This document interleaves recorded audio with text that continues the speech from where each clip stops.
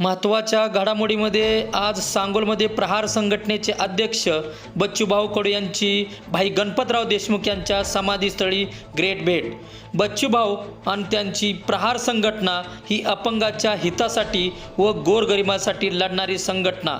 सांगोलमध्ये आज त्यांची भेट आणि त्यांचा कार्यकर्ता पत्रकार व सामाजिक बांधिलकीतून अनेक अपंगासाठी झटणारे नावेदभाई पठाण यांनी बच्चूभाऊंच्या पावलावरती पाऊल टाकत संघटनेच्या माध्यमातून अनेक गरीब व अपंगांना मदतीचा हात दिला।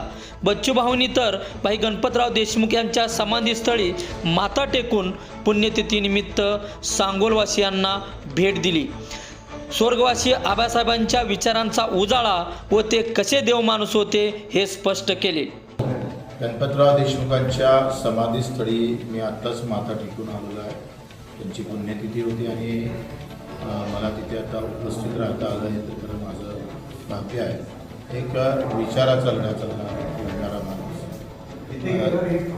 खरं तर या क्षेत्रासाठी देवमाणूस म्हणून त्यांचा परिचय आहे। आणि गणपतराव मी स्वतः सभागृहात पाहिले, अतिशय शिस्त आणि तेवढंच ध्येय असणार, म्हणजे आमच्या सगळ्यांसाठी तर आदर्श म्हणून आमदार म्हणूनच त्यांचे एकंदरीत आमचा परिचय होता। त्यांचा प्रभाव व्यक्तिमत्वाचा निश्चितच आमच्यावर आहे। आणि आता मी त्यांची सूतगिरणी पाहिली, महिला सूतगिरणी आहे, पुरुष सूतगिरणी आहे आणि अतिशय उत्तम काम त्यांनी या सगळ्या क्षेत्रामध्ये केलं। महिला सूतगिरणीला विशेष करून काही विशेष बाब म्हणून काही मदत करता येईल का याचाही आमची चर्चा झाली। निश्चितच त्याच्यासाठी आपण पाऊल उचलून एकनाथजी शिंदे साहेबांच्या माध्यमातून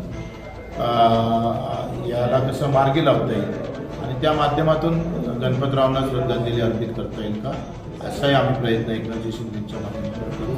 आपल्या सर्वांची भेटी झाली आणि पुनश्च त्यांचं स्मरण करतो आणि त्यांच्या सर्व परिवारांना सदिच्छा देतो।